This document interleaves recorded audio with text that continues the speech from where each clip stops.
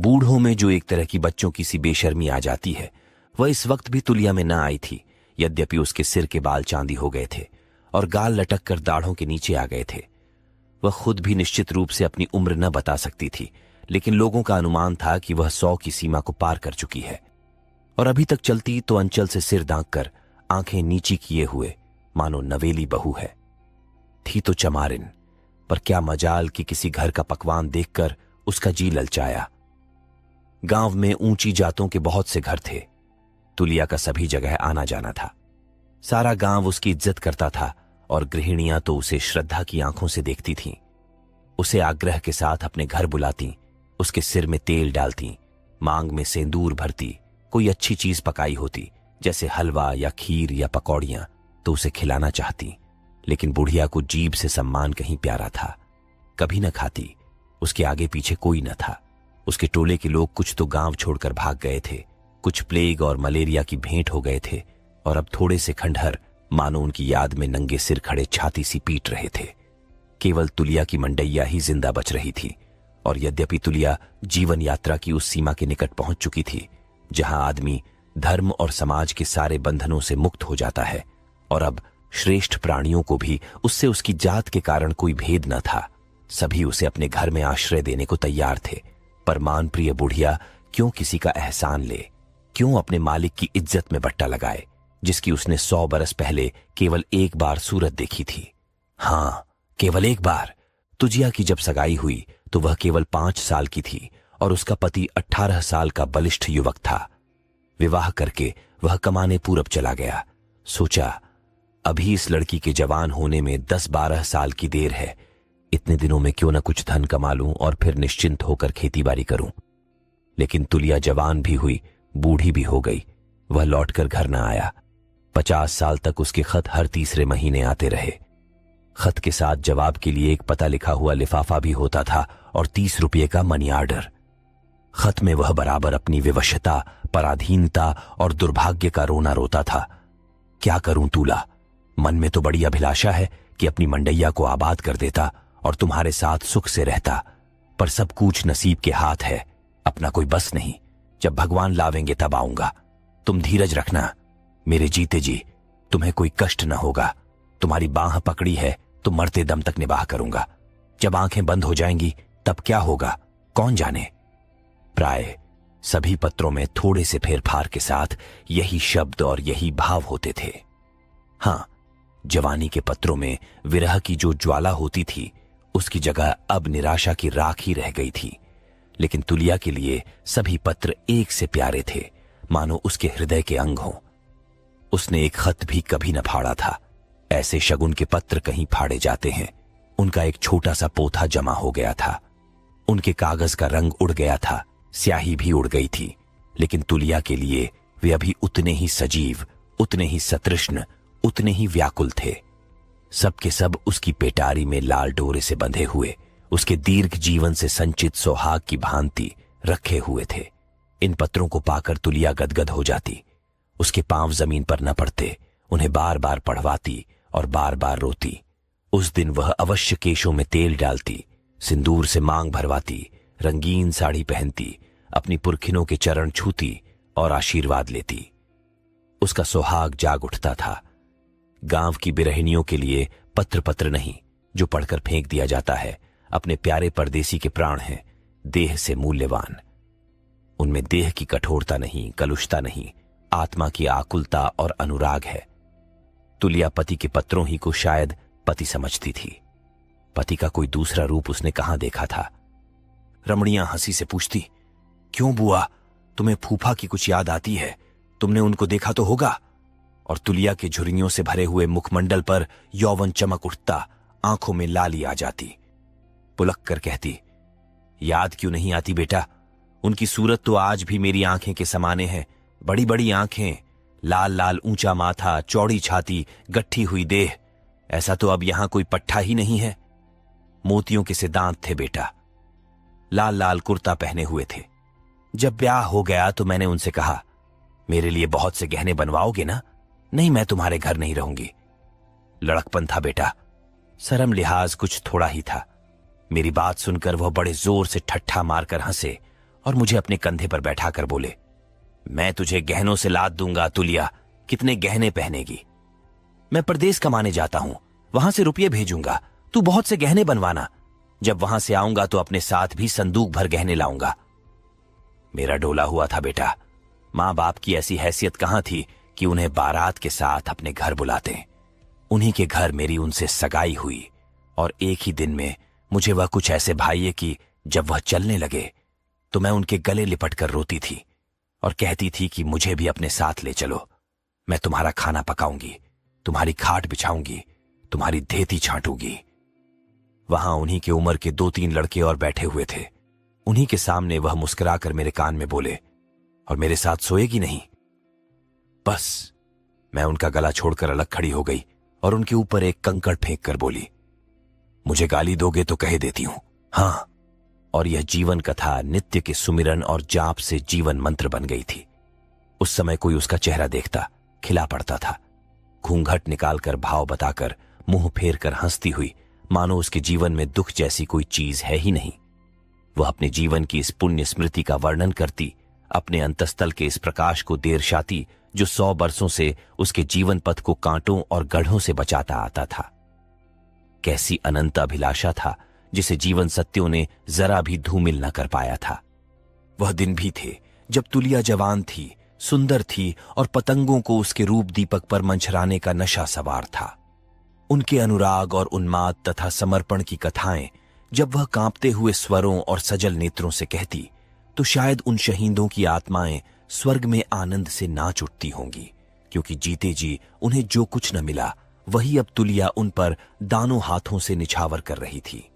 उसकी उठती हुई जवानी थी, जिधर से निकल जाती युवक समाज कलेजे पर हाथ रखकर रह जाता। तब बंसी सिंह नाम का एक ठाकुर था, बड़ा छैला, बड़ा रसिया, गांव का सबसे मनचला जवान, जिसकी तान रात के सन्नाटे में कोस भर से सुनाई पड़ती थी। दिन में सैकड़ों बार तुलिया के घर के चक्कर लगाता, तालाब के किनारे, खेत में, खलिहान में, कुएं पर, जहां वह जाती परछाइयों की तरह उसके पीछे लगा रहता। कभी दूध लेकर उसके घर आता, कभी घी लेकर। कहता, तुलिया, मैं तुझसे कुछ नहीं चाहता, बस जो कुछ मैं तुझे भेंट किया करूं वह ले लिया कर। तू मुझसे नहीं बोलना चाहती मत बोल, मेरा मुंह नहीं देखना चाहती मत देख, लेकिन मेरे चढ़ावों को ठुकरा मत, बस मैं इसी से संतुष्ट हो जाऊंगा। तुलिया ऐसी भोली न थी, जानती थी यह उंगली पकड़ने की बातें हैं, लेकिन न जाने कैसे वह एक दिन उसके धोखे में आ गई। नहीं, धोखे में नहीं आई, उसकी जवानी पर उसे दया आ गई। एक दिन वह पके हुए कलमी आमों की एक टोकरी लाया।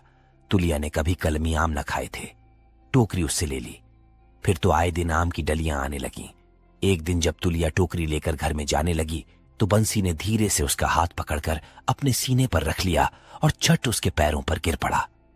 फिर बोला, तुलिया, अगार अब भी तुझे मुझ पर दया नहीं आती तो आज मुझे मार डाल, तेरे हाथों से मर जाऊं, बस यही साध है। तुलिया ने टोकरी पटक दी, अपने पांव छुड़ाकर एक पग पीछे हट गई और रोष भरी आंखों से ताकती हुई बोली, अच्छा ठाकुर, अब यहां से चले जाओ, नहीं तो या तो तुम न रहूंगी, तुम्हारे आमों में आग लगे और तुमको क्या कहूं। मेरा आदमी काले कोसों मेरे नाम पर बैठा हुआ है, इसीलिए कि मैं यहां उसके साथ कपट करूं।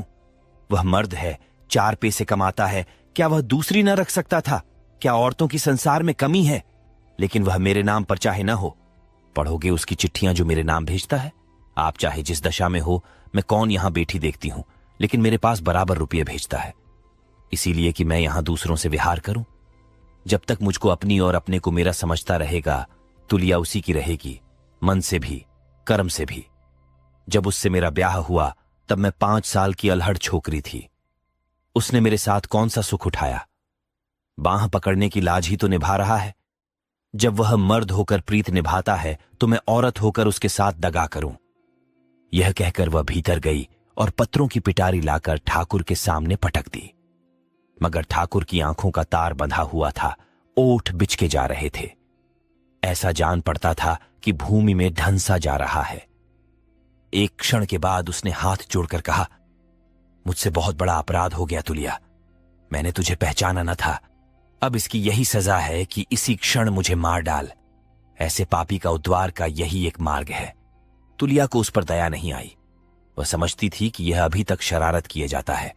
चिल्लाकर बोली, मरने को जी चाहता है तो मर जाओ। क्या संसार में कुएं तालाब नहीं, या तुम्हारे पास तलवार कटार नहीं है? मैं किसी को क्यों मारूं? ठाकुर ने हताश आंखों से देखा। तो यही तेरा हुक्म है? मेरा हुक्म क्यों होने लगा? मरने वाले किसी से हुक्म नहीं मांगते। ठाकुर चला गया और दूसरे दिन उसकी लाश नदी में तैरती हुई मिली। लोगों ने समझा तड़के नहाने आया होगा, पांव फिसल गया होगा।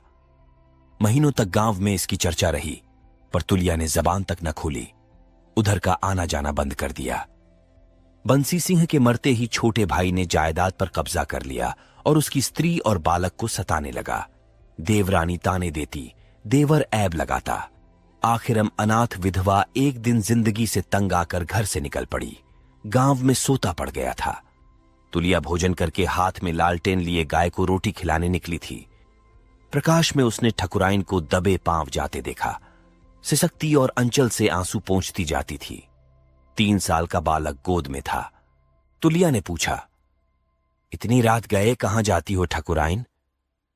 सुनो, बात क्या है? तुम तो रो रही हो। ठकुराइन घर से जा तो रही थी, पर उसे खुद न मालूम था कहां।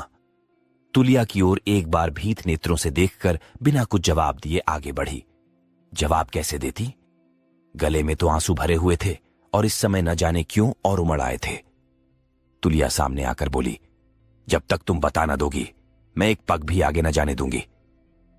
ठकुराइन खड़ी हो गई और आंसू भरी आंखों से क्रोध में भरकर बोली, तू क्या करेगी पूछकर?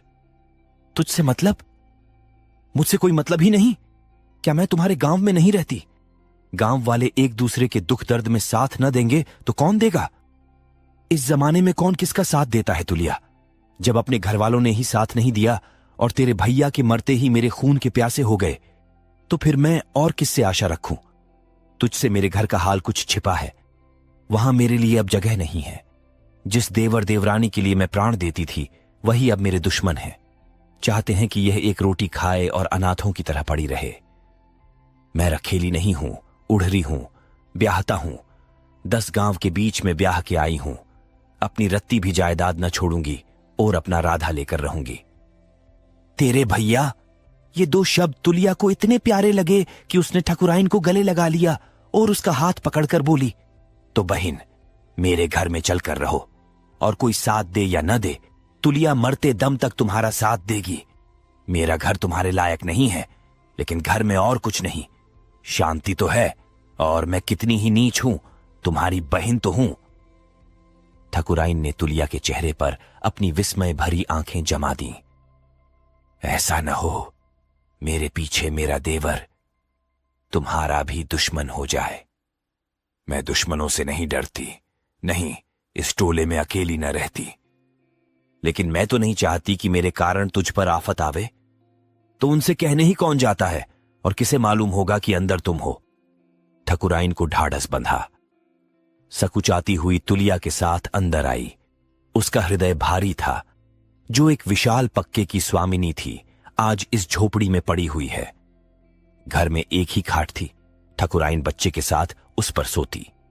तुलिया जमीन पर पड़ रहती। एक ही कंबल था। ठकुराइन उसको ओढ़ती, तुलिया टाट का टुकड़ा ओढ़कर रात काटती। मेहमान का क्या सत्कार करे, कैसे रखे, यही सोचा करती। ठकुराइन के जूठे बर्तन मांजना, कपड़े छांटना, उसके बच्चे को खिलाना, ये सारे काम वह इतने उमंग से करती मानो देवी की उपासना कर रही हो। ठकुराइन इस विपत्ति में भी ठकुराइन थी, गर्विणी, विलास प्रिय, कल्पनाहीन।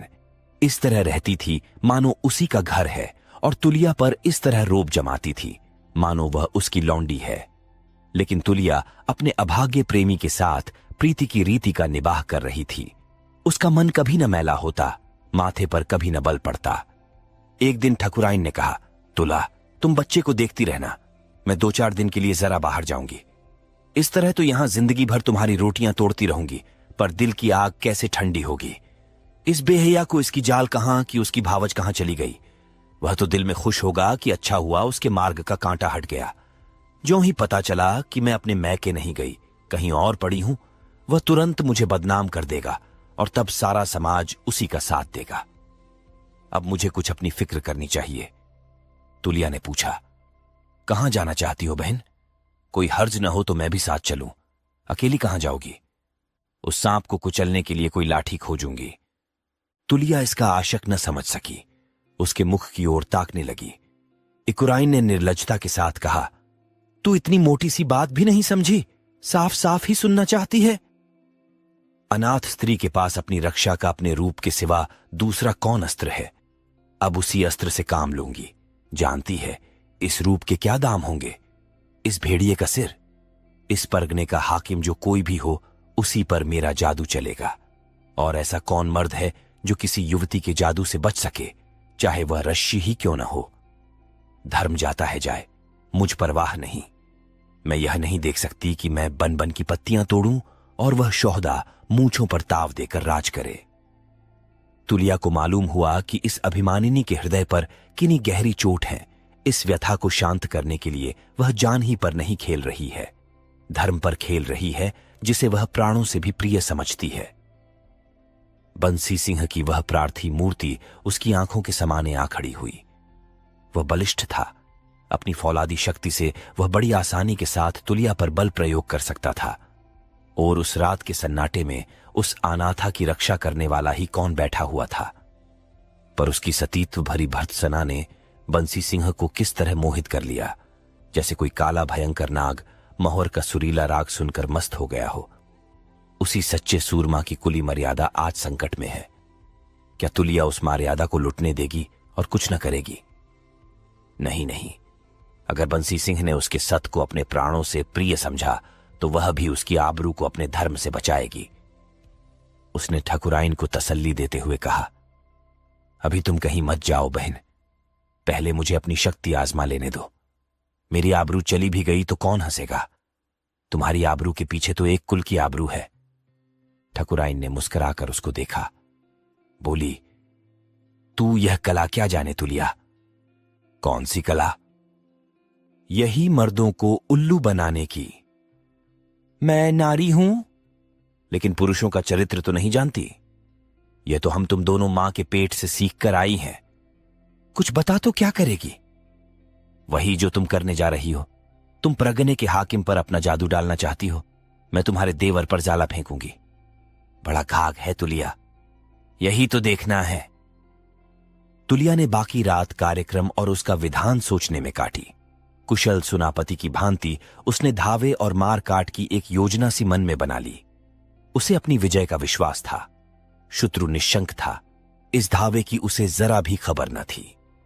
बंसी सिंह का छोटा भाई गिरधर कंधे पर 6 फीट का मोटा लट्ठ रखे अकड़ता चला आता था कि तुलिया ने पुकारा, ठाकुर, तनिक यह घास का गट्ठा उठाकर मेरे सिर पर रख दो। मुझसे नहीं उठता। दोपहर हो गया था। मजदूर खेतों में लौटकर आ चुके थे। बगुले उठने लगे थे। तुलिया एक पेड़ के नीचे घास का गट्ठा रखे खड़ी थी। उसके माथे से पसीने की धार बह रही थी। ठाकुर ने चौंक कर तुलिया की ओर देखा। उसी वक्त तुलिया का अंचल खिसक गया और नीचे की लाल चोली झलक पड़ी। उसने झट अंचल संभाल लिया, पर उतावली में जूड़े में गुंथी हुई फूलों की बेनी बिजली की तरह आंखें में कौंध गई। गिरधर का मन चंचली हो उठा।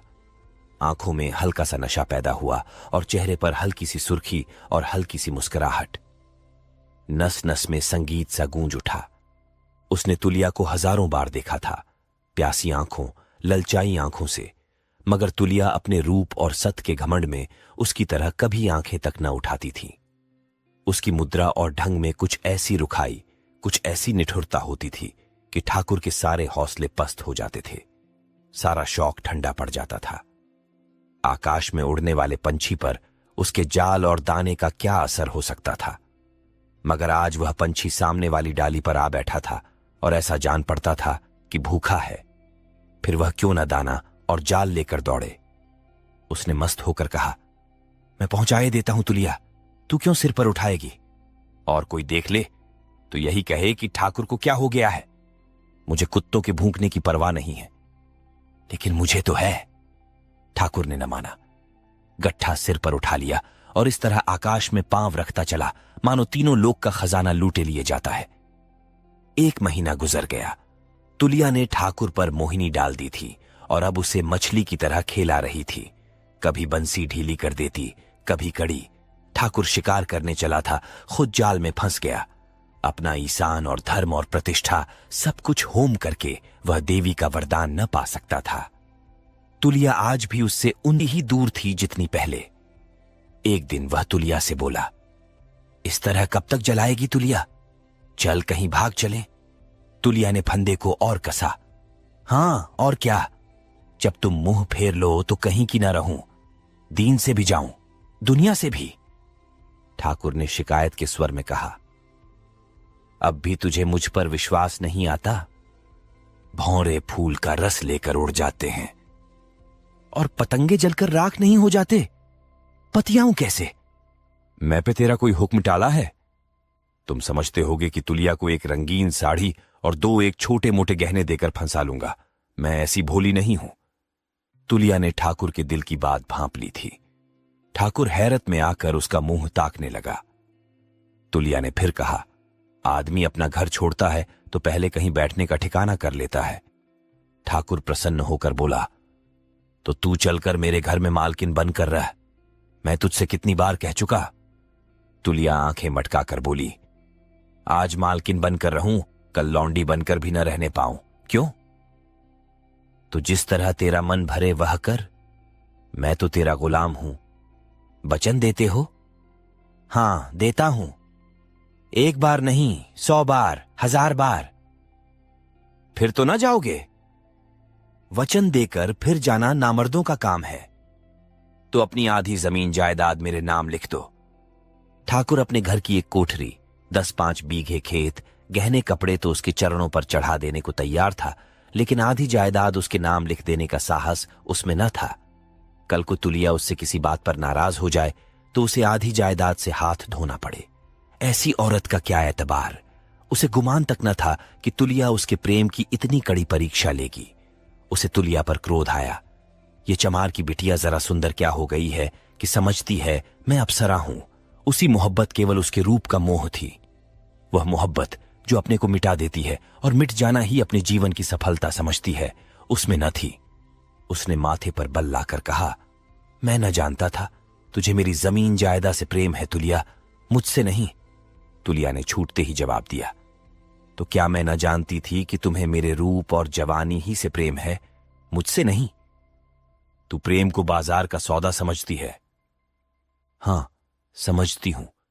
तुम्हारे लिए प्रेम 4 दिन की चांदनी होगी, मेरे लिए तो अंधेरा पाक हो जाएगा। मैं जब अपना सब कुछ तुम्हें दे रही हूं तो उसके बदले में सब कुछ लेना भी चाहती हूं। तुम्हें अगर मुझसे प्रेम होता तो तुम आधी क्या पूरी जायदाद मेरे नाम लिख देते।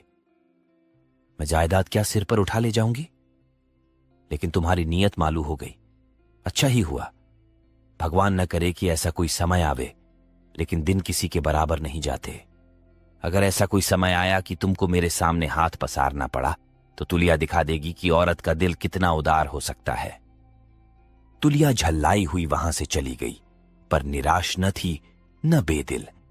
जो कुछ हुआ वह उसके सोचे हुए विधान का एक अंग था।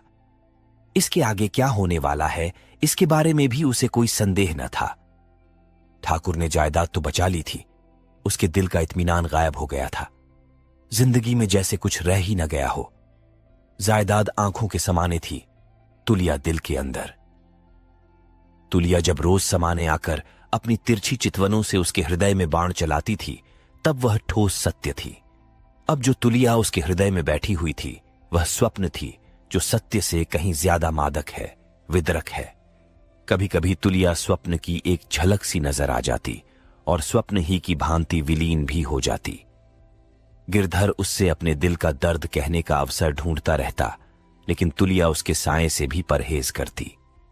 गिरधर को अब अनुभव हो रहा था कि उसके जीवन को सूखी बनाने के लिए उसकी जायदाद जितनी जरूरी है, उससे कहीं ज्यादा जरूरी तुलिया है। उसे अब अपनी कृपणता पर क्रोध आता। जायदाद क्या तुलिया के नाम रही, क्या उसके नाम? इस जरा सी बात में क्या रखा है? तुलिया तो इसलिए अपने नाम लिखा रही थी कि कहीं मैं उसके साथ बेवफाई कर जाऊं तो वह अनाथ न हो जाए। जब मैं उसका बिना कौड़ी का गुलाम हूं तो बेवफाई कैसी? मैं उसके साथ बेवफाई करूंगा जिसकी एक निगाह के लिए, एक शब्द के लिए तरसता रहता हूं।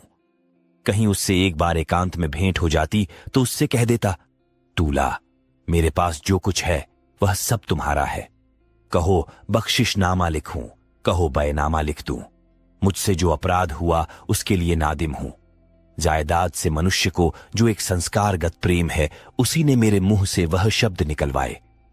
यही रिवाजी लोभ मेरे और तुम्हारे बीच में आकर खड़ा हो गया। पर अब मैंने जाना कि दुनिया में वही चीज सबसे कीमती है जिससे जीवन में आनंद और अनुराग पैदा हो। अगर दरिद्रता और वैराग्य में आनंद मिले तो वही सबसे प्रिय वस्तु है, जिस पर आदमी जमीन और मिल्कियत सब कुछ होम कर देगा। आज भी लाखों माई के लाल हैं जो संसार के सुखों पर लात मारकर जंगलों और पहाड़ों की सैर करने में मस्त हैं। और उस वक्त मैं इतनी मोटी सी बात न समझा। हाय रे दुर्भाग्य। एक दिन ठाकुर के पास तुलिया ने पैगाम भेजा, मैं बीमार हूं, आकर देख जाओ, कौन जाने बचूं कि न बचूं। इधर कई दिन से ठाकुर ने तुलिया को न देखा था। कई बार उसके द्वार के चक्कर भी लगाए, पर वह न दिख पड़ी। अब जो यह संदेशा मिला तो वह जैसे पहाड़ से नीचे गिर पड़ा। रात के 10 बजे होंगे। पूरी बात भी न सुनी और दौड़ा। छाती धड़क रही थी और सिर उड़ा जाता था। तुलिया बीमार है।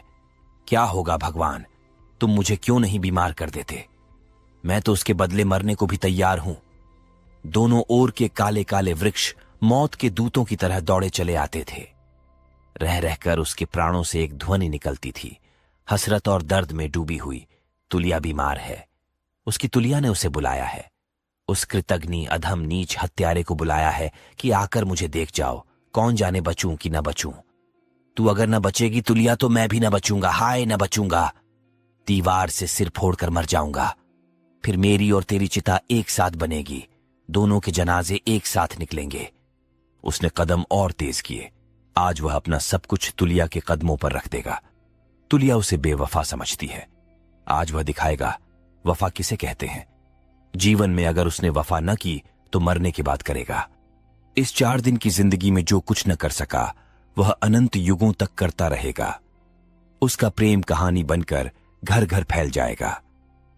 मन में शंका हुई, तुम अपने प्राणों का मोह छोड़ सकोगे? उसने जोर से छाती पीटी और चिल्ला उठा, प्राणों का मोह किसके लिए? और प्राण भी तो वही है जो बीमार है। देखूं मौत कैसे प्राण ले जाती है और देह को छोड़ देती है। उसने धड़कते हुए दिल और थरथराते हुए पांवों से तुलिया के घर में कदम रखा। तुलिया अपनी खाट पर एक चादर ओढ़े सिमटी पड़ी थी और लालटेन के अंधे प्रकाश में उसका पीला मुख मानो मौत की गोद में विश्राम कर रहा था। उसने उसके चरणों पर सिर रख दिया और आंसुओं में डूबी हुई आवाज से बोला, तूला, यह अभाग तुम्हारे चरणों पर पड़ा हुआ है, क्या आंखें न खोलेगी? तुलिया ने आंखें खोल दी और उसकी ओर करुण दृष्टि डालकर कराहती हुई बोली, तुम हो गिरधर सिंह, तुम आ गए। अब मैं आराम से मरूंगी। तुम्हें एक बार देखने के लिए जी बहुत बेचैन था। मेरा कहा सुना माफ कर देना और मेरे लिए रोना मत। इस मिट्टी की देह में क्या रखा है गिरधर, वह तो मिट्टी में मिल जाएगी। लेकिन मैं कभी तुम्हारा साथ न छोड़ूंगी। परछाइयों की तरह नित्य तुम्हारे साथ रहूंगी। तुम मुझे देख न सकोगे, मेरी बातें सुन न सकोगे, लेकिन तुलिया 8 पहर सोते जागते तुम्हारे साथ रहेगी। मेरे लिए अपने को बदनाम मत करना गिरधर। कभी किसी के सामने मेरा नाम जबान पर न लाना। हां, एक बार मेरी चिता पर पानी के छींटे मार देना, इससे मेरे हृदय की ज्वाला शांत हो जाएगी। गिरधर फूट फूट कर रो रहा था। हाथ में कटार होती तो इस वक्त जिगर में मार लेता और उसके सामने तड़पकर मर जाता। जरा दम लेकर तुलिया ने फिर कहा, मैं बचूंगी नहीं गिरधर, तुमसे एक विनती करती हूं, मानोगी? गिरधर ने छाती ठोक कर कहा, मेरी लाश भी तेरे साथ ही निकलेगी तुलिया। अब जीकर क्या करूंगा और ज्यूं भी तो कैसे? तू मेरा प्राण है तुलिया। उसे ऐसा मालूम हुआ। तुलिया मुस्कुराई, नहीं नहीं, ऐसी नादानी मत करना। तुम्हारे बाल बच्चे हैं, उनका पालन करना। अगर तुम्हें मुझसे सच्चा प्रेम है तो ऐसा कोई काम मत करना जिससे किसी को इस प्रेम की गंध भी मिले। अपनी तुलिया को मरने के पीछे बदनाम मत करना। गिरधर ने रोकर कहा, जैसी तेरी इच्छा। मेरी तुमसे एक विनती है, अब तो जीऊंगी ही इसीलिए कि तेरा हुक्म पूरा करूं। यही मेरे जीवन का ध्येय होगा। मेरी यही विनती है कि अपनी भाभी को उसी मान मर्यादा के साथ रखना जैसे वह बंसी सिंह के सामने रहती थी, उसका आधा उसको दे देना। लेकिन भाभी तो 3 महीने से अपने मैके में है और कह गई है कि अब कभी ना आऊंगी। यह तुमने बुरा किया है गिरधर, बहुत बुरा किया है। अब मेरी समझ में आया कि क्यों मुझे बुरबुरे सपने आ रहे थे। अगर चाहते हो कि मैं अच्छी हो जाऊं तो जितनी जल्दी हो सके लिखा पढ़ी करके कागज पत्तर मेरे पास रख दो। तुम्हारी यह बददियानती ही मेरी जान का गाहक हो रही है। अब मुझे मालूम हुआ कि बंसी सिंह क्यों मुझे बार बार सपना देते थे। मुझे और कोई रोग नहीं है, बंसी सिंह ही मुझे सता रहे हैं। बस अभी जाओ, देर की तो मुझे जीता ना पाओगे। तुम्हारी बेइंसाफी का दंड बंसी सिंह मुझे दे रहे हैं। गिरधर ने दबी जबान से कहा, लेकिन रात को कैसे लिखा पढ़ी होगी तूली? स्टाम्प कहां मिलेगा? लिखेगा कौन? गवाह कहां है? कल सांझ तक भी तुमने लिखा पढ़ी कर ली तो मेरी जान बच जाएगी गिरधर। मुझे बंसी सिंह लगे हुए हैं, वही मुझे सता रहे हैं, इसीलिए कि वह जानते हैं तुम्हें मुझसे प्रेम है। मैं तुम्हारे ही प्रेम के कारण मारी जा रही हूं। अगर तुमने देर की तो तुलिया को जीता ना पाओगे। मैं अभी जाता हूं तुलिया, तेरा हुक्म सिर और आंखों पर। अगर तूने पहले ही यह बात मुझसे कह दी होती तो क्यों यह हालत होती। लेकिन कहीं ऐसा न हो मैं तुझे देख न सकूं और मन की लालसा मन में ही रह जाए। नहीं नहीं, मैं कल सांझ तक नहीं मरूंगी, विश्वास रखो। गिरधर उसी क्षण वहां से निकला और रातों रात 25 कोस की मंजिल काट दी। दिन निकलते निकलते सदर पहुंचा, वकीलों से सलाह मशविरा किया, स्टाम्प लिया, भावज के नाम आधी जायदाद लिखी, रजिस्ट्री कराई और चिराग जलते जलते हैरान परेशान, थका मांदा, बेदाना पानी, आशा और दुराशा से कांपता हुआ आकर तुलिया के सामने खड़ा हो गया। रात के 10 बज गए थे। उस वक्त न रेलें थीं न लारियां। बेचारे को 50 कोस की कठिन यात्रा करनी पड़ी। ऐसा थक गया था कि एक एक पग पहाड़ मालूम होता था, पर भय था कि कहीं देर तो अनर्थ हो जाएगा। तुलिया ने प्रसन्न मन से पूछा, तुम आ गए गिरधर, काम कराए? गिरधर ने कागज उसके सामने रख दिया और बोला, हां तूला, कराया, मगर अब भी तुम अच्छी न हुई तो तुम्हारे साथ मेरी जान भी जाएगी। दुनिया चाहे हंसे चाहे रोए, मुझे परवाह नहीं है। कसम ले लो, जो एक घूंट पानी भी पिया हो। तुलिया उठ बैठी और कागज को अपने सिरहाने रखकर बोली, अब मैं बहुत अच्छी हूं, सवेरे तक बिल्कुल अच्छी हो जाऊंगी। तुमने मेरे साथ जो नेकी की है वह मरते दम तक न भूलूंगी। लेकिन अभी अभी मुझे जरा नींद आ गई थी। मैंने सपना देखा कि बंसी सिंह मेरे सिरहाने खड़े हैं और मुझसे कह रहे हैं, तुलिया तू ब्याहता है, तेरा आदमी 1000 कोस पर बैठा तेरे नाम की माला झप रहा है। चाहता तो दूसरी कर लेता, लेकिन तेरे नाम पर बैठा हुआ है और जन्म भर बैठा रहेगा। अगर तूने उससे दगा की तो मैं तेरा दुश्मन हो जाऊंगा और फिर जान लेकर ही छोड़ूंगा। अपना भला चाहती है तो अपने सत पर रह। तूने उससे कपट किया, उसी दिन मैं तेरी सांसत कर डालूंगा। बस। यह कहकर वह लाल लाल आंखों से मुझे तरेरते हुए चले गए। गिरधर ने एक क्षण तुलिया के चेहरे की तरफ देखा, जिस पर इस समय एक दैवी तेज विराज रहा था। एकाएक जैसे उसकी आंखों के सामने से पर्दा हट गया और सारी साजिश समझ में आ गई। उसने सच्ची श्रद्धा से तुलिया के चरणों को चूमा और बोला, समझ गया तुलिया, तू देवी है,